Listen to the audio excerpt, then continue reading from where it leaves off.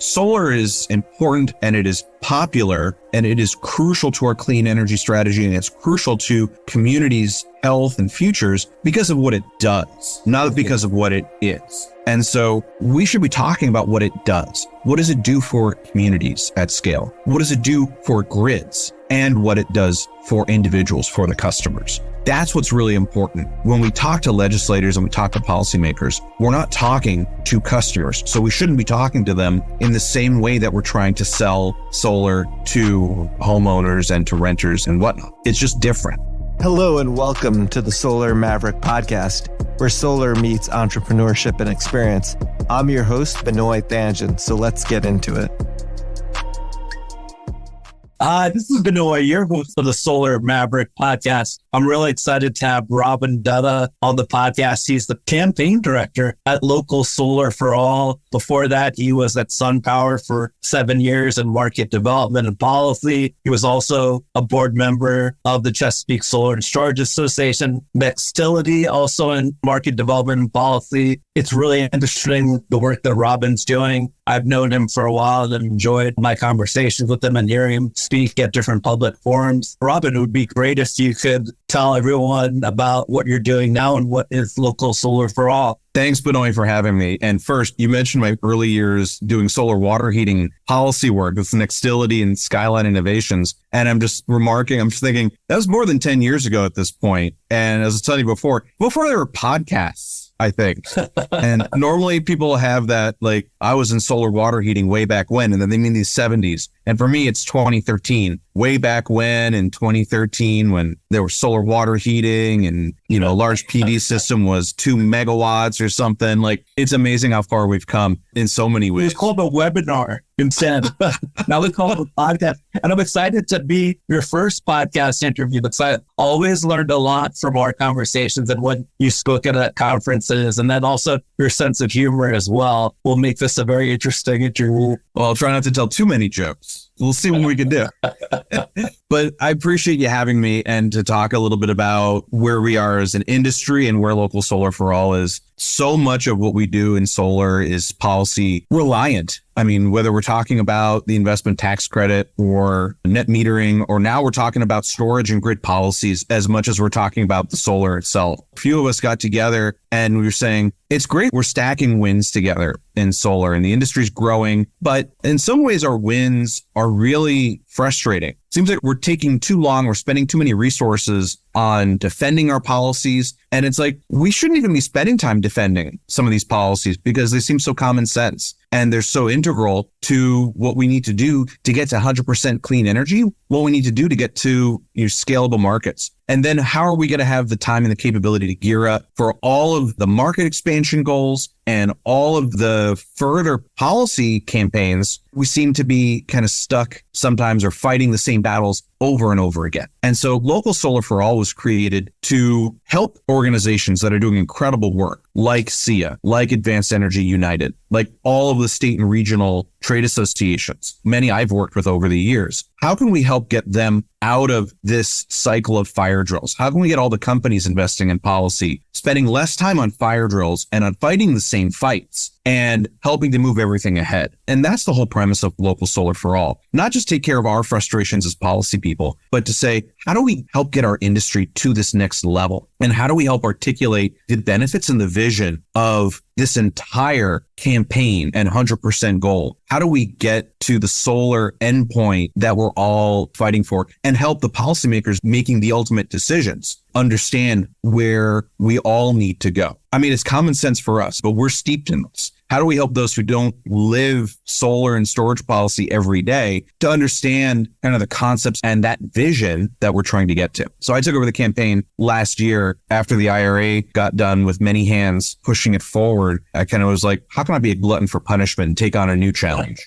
And so campaign and initiative that I helped create with a lot of help from others. I'm not going to just say I did, but I was able to say, like, I'd like to take the reins. There was an opportunity. And how can we kind of hit this next chapter? And this next next evolution of virtual power plants and distributed energy resources, and how can we move things ahead? So I've been excited since I got on. But yeah, that's the more the long than the short of what is local solar for all and how it came to be. Yeah, definitely. And is there a reason why after the IRA passed that you decided to focus on this opportunity? In order for the IRA to meet its full potential, what's important is that states can't pull back on solar and storage policies, whether we're talking core net metering or storage incentives, or making sure that policies reflect the current technological and the future technological capabilities of all of the grid enhancing services that our technologies provide. Most of my career has been in state policy. I got a chance to do federal work during the last congressional session, but in a lot of ways, the focus is back on the states. Now we've got the IRA, and how can we maximize its potential? And that's helping state policymakers, whether we're talking state energy officials or regulators or elected officials and state legislatures, to see how can we harness it, not having them think, oh, the feds have got this and now we can pull back. It's really, how can we all work together to make sure that with federal investment and policy and with strengthening state policy, everyone's going to benefit from distributed solar, from other advanced energy technologies, from having EVs and bidirectional charging and the like, because now their heads flooded with, oh, the IRA does one of these 15 things. What does this mean for my district? What does this mean for me as a regulator? So what I was excited about is starting to tell those stories, try to be as out of the weeds as possible, talking that concept, talking that vision. If they get where we want to go and agree with it, then they help us make the steps and make the progress along the way. I thought that was an interesting challenge, and I think a neat addition to all the great work that's already happening with solar and storage advocacy. Being at the 50,000 foot view and going from there. And I think storytelling is one of the big things that we've been missing. So I was excited to take that on. I appreciate you taking that on. We need someone as talented as you to be able to do it. Obviously, it's extremely challenging work. You talk about local solar for all. What are the benefits of local solar if people are not familiar? How do you define local solar? Local solar for us is defined by any system that's directly benefiting an energy consumer. So that could be community solar benefiting multiple subscribers who are contracting with the system. It could be a rooftop solar system. It could be a business getting on-site solar and storage. We're not defining by a number. It's not some arbitrary number. Are you contracting with a consumer? Are they getting the power? Are they getting the benefits? Not, here's a standalone system. Here's something that's going as a qualified facility to the utility. What matters is local clean energy, local solar that will directly benefit, whether we're talking about affordability, whether we're talking about resiliency, whether we're talking about improved reliability, helping communities, helping the grid, helping individual consumers. And is local solar the same as distributed solar, or is that different? No, it's all the same. But when you talk distributed, that's even where, how wonky do we want to go? If you're talking to someone like, well, what does distributed mean? Local, it's going to be in your community. It's going to be on your street. And once we get to distributed, that gets into terms that are probably going to be more spoken about in a bill hearing or a regulatory docket. As an industry, we have the message to make it simple for people who are not familiar with the industry. So I like saying local solar because people could picture that. So that's great that you're doing that. That's really what it comes down to. It's not about dumbing down. I actually increasingly dislike that term. Nobody's dumb if they don't understand what we're trying to do in the solar industry. Automatically, like, that's just not a thing. Energy policy, and we live and breathe it, it's complicated. And for those who don't have the time or the background to understand all of the details and all of the nuances, that means we've got to meet them where they are. And that's not dumbing it down. That's just making it relatable. And so they can get confidence in what we're doing and where we all want to end up. That's probably the biggest thing, is how can we make local solar and storage deployments and policies and benefits as relatable to the policymakers as possible? Yeah, that makes sense. And I appreciate you explaining that. Solar is looked at as only people who are wealthy could afford a system. You need types of credit scores. How can we create fair access to solar or local solar? I think a lot of it's doing more of what we've been doing. I mean, already in the last few years, rooftop solar has been seeing increasing adoption among moderate and also lower income households. Yeah, I think there have been improved financing. There's been greater ability for rooftop solar financing to accommodate lower credit scores. And then obviously you've got community solar, which is going to open the door to renters. And with community solar only being in 23 states and the District of Columbia, we've got a long way to go go to make sure that there's full access for all local solar. So I think if we start there and get the full access, then we can also then get supportive policies that can help make sure that financing is available and can unlock greater benefits for renters and for low income households in general. This again is like the IRA has powerful programs. In a lot of ways, the states are going to have the supportive policies to make sure that the low income programs coming from the feds can complement, hopefully, other supportive low income solar programs at the state level. And together we can then deploy and ensure that we've got new low income systems benefiting more and more low income households. Can you talk about how local solar for all is different from other solar for all programs? This is one that I often get frustrated at with a smile on my face because Local Solar for All was created in 2019. And since then, you've got multiple state and local governments that have created programs that they call Solar for All. And these are public programs trying to incentivize, by and large, low-income solar adoption. So I like to think that the campaign certainly got it right early with the name. And then we've got EPA creating their own Solar for All program in the competitive program available to states and municipalities and such. We're nothing like that. I always have to kind of couch and give a disclaimer now, like I'm a lawyer. It's like, no, we are in no way affiliated with the Environmental Protection Agency or DC government or Illinois government. They also have a Solar for All program. We're Local Solar for All. We're not a government entity. Although I will say, when we created the name, there's a big reason to make sure that local solar was prominent. I think especially as we're seeing all of the adoption for electric vehicles and heat pumps and so much advanced energy technology, as we're moving more and more towards energy management, and certainly how solar and storage is a huge part of energy management, but they're not the only technologies. I think we're very much interested in moving beyond solar because we're already talking about the benefits of a distributed grid and decentralized grid. So we want to make sure that we're inclusive of all the technologies. And so if we can eventually get to a rebrand, that'll help with some of the confusion around Solar for All and Local Solar for All and maybe tell our story a little better. But it's not a single technology story to tell. Yeah, definitely. And can you talk about like what are the different technologies? Solar, storage. What about like energy efficiency? Is that involved? Yeah, I think when we're talking about energy efficiency, when you're talking about smart appliances, when you're talking about fuel switching from gas to electric and smart thermostats, we have different technologies now that can provide different levels of load shaping and load shifting for a home or for any kind of building. Obviously, when you can generate your own electricity, you have a greater ability to do that. When you add storage to that, you have a greater ability to load shape and load shift. What you can do when you stack all these different technologies ends up being really powerful. So you can have solar, you can have storage, you can have your EV battery doing more in conjunction with everything. Your smart thermostat can do things. Your heat pump, when connected to everything and all the software, can do things. And community solar can lower your bill and still add on to everything that you can do in your home. I think we're moving to a point where every building is going to be some level of a smart build. It's going to have some ability to load shape. And I think that makes it really powerful when we think about what's going to go beyond. If we're talking about electrification, if we're talking about fuel switching, we're talking about solar and storage. It's all one conversation in a lot of ways. And so it's not 5 different conversations. It's one conversation. It's not one technology. It's many technologies. You're right. Monitoring energy management is going to be so big going forward. Obviously, like Google Nest, a lot of people know about, but there's other technologies as well, but still seems to be rolling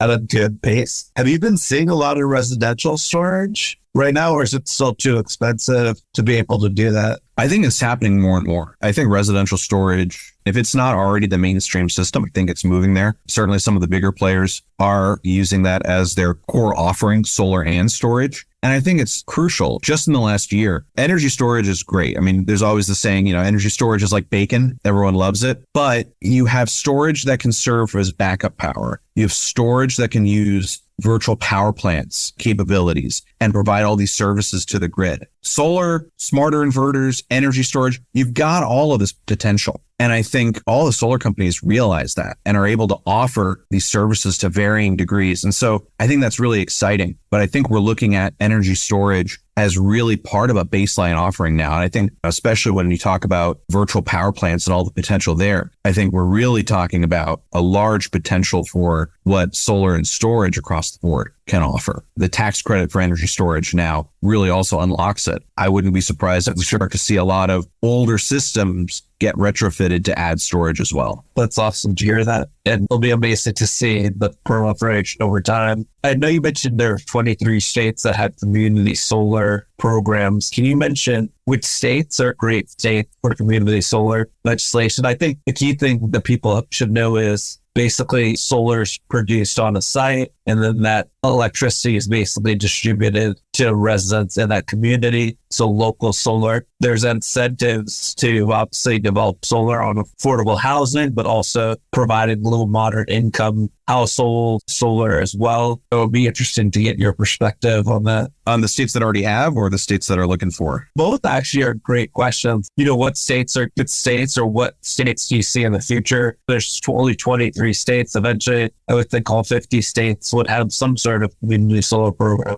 Yeah, I mean, that's the goal. That's the hope. And looking at some of the states, you've got New Jersey, who went from a pilot program to a permanent program. So they're expanding the community solar market that they have. Maryland also went from a pilot program to a permanent program. I was fortunate enough to be involved in helping get the pilot program created way back in 2015. So I have to give a good shout out to Delegate Luke Clippinger, who got the permanent bill over the finish line, fulfilling kind of the promise that we were setting out to do way back when. And a lot of kudos to CCSA, Coalition for Community Solar Access, for everything that they've been doing. I'm especially proud to see Maryland happen just because I got to be there kind of in the beginning. You've got Massachusetts, you've got New York, you've got Illinois. You've got some really big community solar programs in existence. When you're looking at what could come next, I look at Michigan, has the Democratic trifecta, has a phenomenal opportunity to not just get a clean energy standard, but to reverse what have been pretty draconian local solar laws to begin with and create community solar. I think they've got great potential there. California is implementing the community solar law that did pass recently. I hope that that can be done well. I think there's states with community solar that are also ripe for expansion. Minnesota did a really good community solar reform that should also be a boon for market expansion there and greater access. I'm hoping that for states where it makes sense, that can serve as a model for their own policy expansion. Yeah, I feel that's really helpful to understand what are the new markets and what are the good existing ones. This is kind of what you're doing for Solar for All is.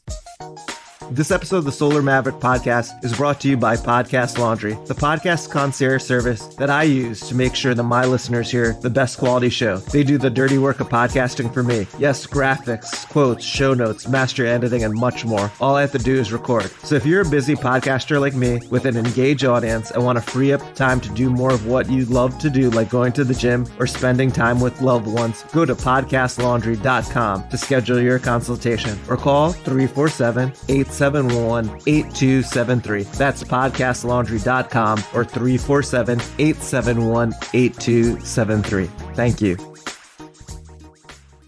Can you talk about what can we do better as an industry, the solar industry, renewable energy industry, from lobbying on a federal and state level that we're not really doing right now? I think what we could be doing more is talking outcomes and talking less what I'll call process stories. Process stories, when you do political campaign work, it's like the horse race. It's like who's up in the poll, who implemented what strategy. And it's very much in the weeds, like only the politicos will really care about it. I sometimes think that we talk more about the policies than we do about the outcomes. Solar is important and it is popular and it is crucial to our clean energy strategy and it's crucial to communities' health and futures because of what it does, not because of what it is. And so we should be talking about what it does. What does it do for communities at scale? What does it do for grids? And what it does for individuals, for the customers. That's what's really important. When we talk to legislators and we talk to policymakers, we're not talking to customers. So we shouldn't be talking to them in the same way that we're trying to sell solar to homeowners and to renters and whatnot. It's just different. And this is where I go back to meeting them where they are. They're looking at what is this going to mean for my district? What is this going to mean for my state? And we should tell them that. and we should talk about it, and hopefully in terms that they can understand.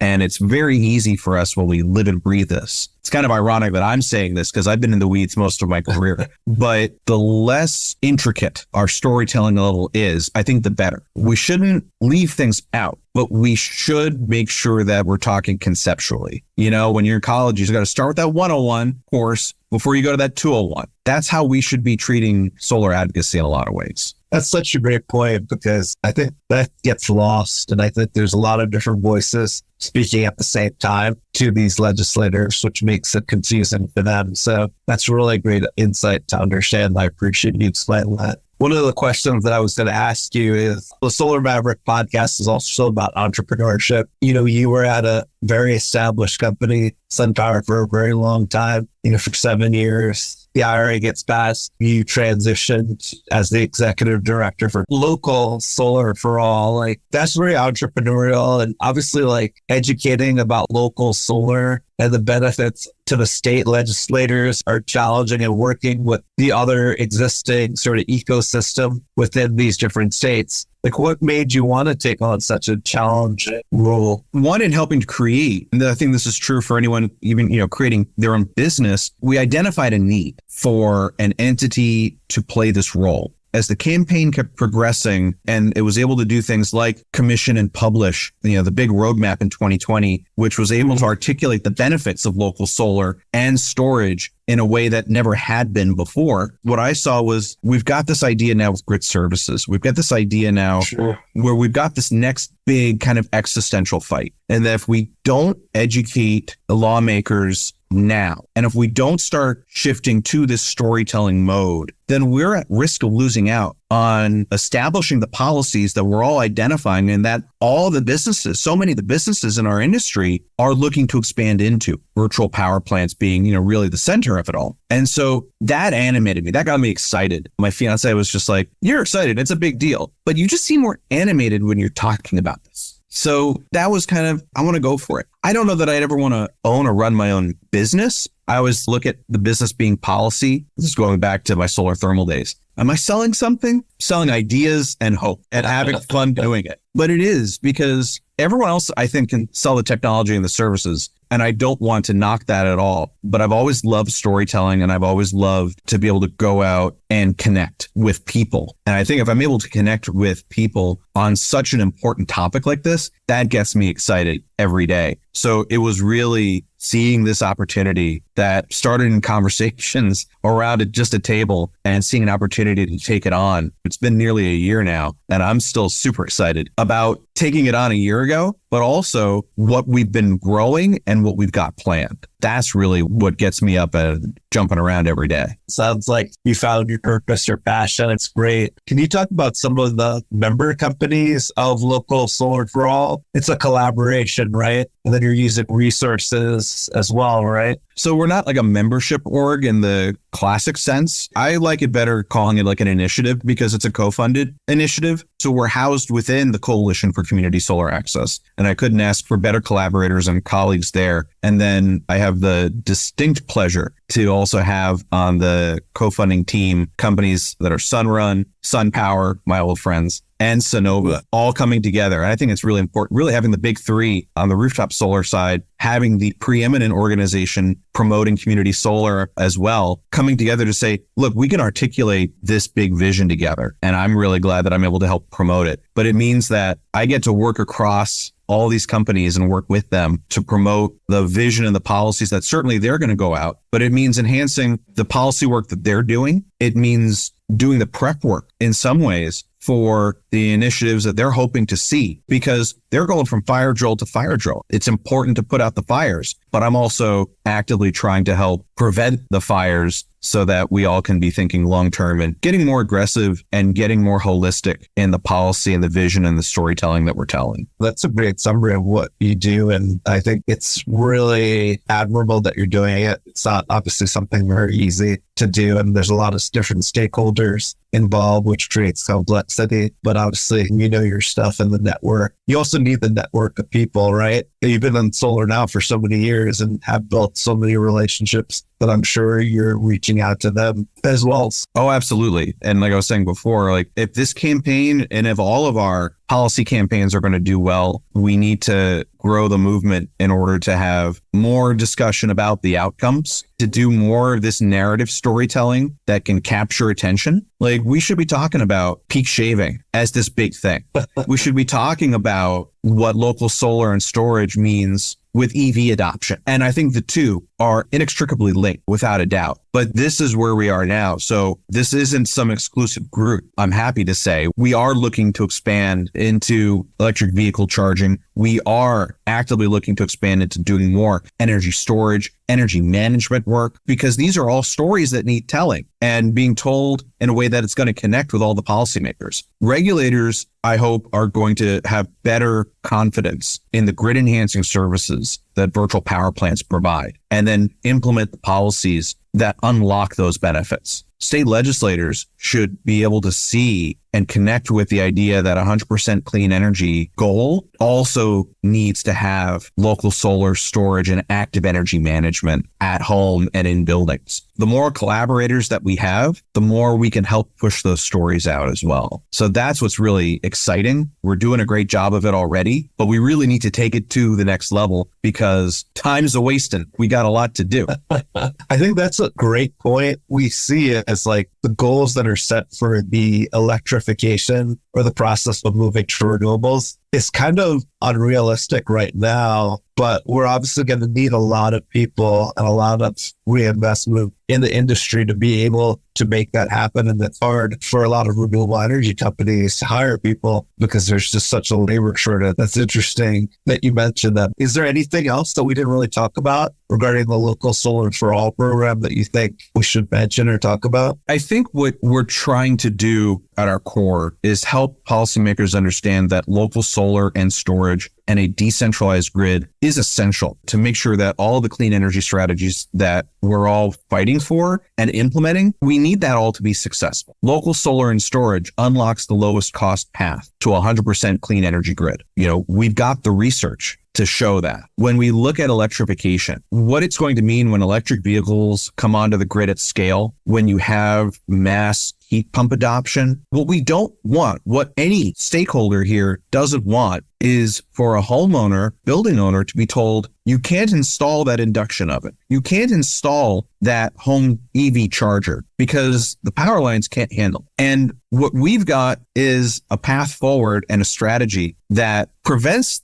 or minimizes the likelihood of that happening. It helps to enable electrification. It helps to keep grid costs and grid expansion costs down. It helps to keep clean energy deployment costs down because we can build a smarter, more reliant and more resilient grid. And so that's the core message that we are telling, that we need to tell more, that we need to amplify, because it's not just about transmission, but there's so much focus on individual efforts. We should be talking about this all more holistically. A decentralized grid, it can help the transmission build out. It can help make the system more effective. I think that's also the story that we want to tell, and that it's a yes and to all of it. For sure. So that's the story that gets me excited. And I hope it can also get policymakers excited about our clean energy future. Yeah, definitely. That's a great point that we have talked enough about. Like, obviously, we hear about upgrading the transmission infrastructure, but really strategically putting distributed energy on the grid or near a system, basically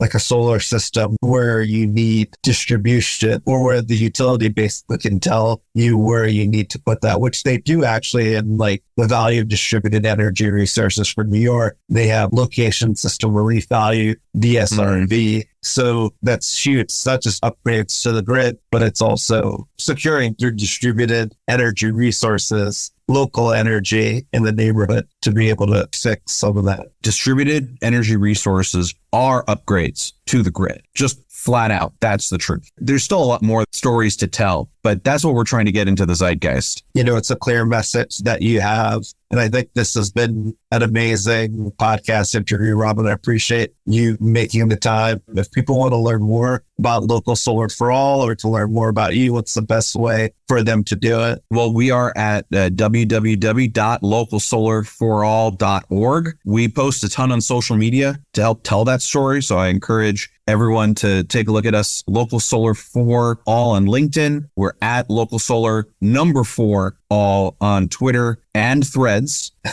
While you're on Threads. We're on Threads. Oh yeah. Early adopter. And you guys will see me at RE Plus, kind of out and about. For anyone in the DMV area and around DC, I would recommend September 19th, come out for the DC Energy Happy Hour, sponsored by actually the Coalition for Community Solar Access. You can find that on the DC Energy Happy Hour LinkedIn page, but that'll be at 5:30 p.m. in Washington, DC, September 19th. So I hope people in the area come out there. That's great. And we'll have your contact information on the notes of the podcast, the happy hour, as well as, that's a great point, this will be released before RE Plus. So if you're interested in meeting with Robin at RE Plus, feel free to reach out. The conference is the largest renewable energy conference in the US and the world, I think. I think they're projecting about 40,000 people. That's from September 11th to 14th in Las Vegas, Nevada. We need more people like what you're doing. And I believe in local and distributed generation. I don't know if I told you, I'm doing one of the first solar projects for the New York Housing Authority on 35 different buildings in Manhattan and in Brooklyn. And it's about local solar, but also helping the community. We're providing a lease payment to the New York Housing Authority. We're providing discounted energy to low, moderate income, and as well training NYCHA rests in solar careers. We're actually doing a job fair at NYCHA on October 5th in New York City. Oh, that's so amazing. I mean, look, local solar is local benefiting. That's for sure. And Vinoy, it's great to see you walking the walk on that too. That's fantastic. Yeah, we were awarded the project 6 years ago, August. Looks like we're going to start construction. And by the way, it's third-party financed. It's a woman-owned private equity fund in New York. And then as well as one of the project team members or companies is actually a NYCHA resident who has an energy efficiency company, a woman-owned Latino organization. I really do believe in what you're trying to do. I think there's a lot of opportunity. I think there needs to be a lot of education. So we need someone like talented as you summarize very complicated things into simple sentences. Well, I can't do it alone, so I'll appreciate any help that anyone can give. It's a big job. It's a big job. We all need the help. That's what we're here for, but you can help me, help you, and help everyone. I think that'd be great too. Yeah, definitely. Any way that I could help. But you're right. It's not just you. It's all of us. And we all have to be a part of the advocacy effort. I'm trying to be more active on the federal and local level, but until they hear from different voices and different people within the industry and also explaining it, I think it makes a huge difference. And I think we as an industry should be more active in our advocacy and policy. So sure. Well, thank you, Rob. This has been a great interview and thank you for your time. My pleasure. Thanks, Benoit. Thanks for listening to the Solar Maverick Podcast. The Solar Maverick Podcast is brought to you by Renew Energy. We're a solar development and consulting firm. If you believe that this podcast is adding value to you, please give us a 5-star review and share with those that you think could benefit from this information. Please email all questions, suggestions, and feedback to info@renewenergy.com. That's info@reneuenergy.com. The Solar Maverick Podcast is produced by Podcast Laundry and executive produced by Benoit Thanjan and Kevin Y. Brown.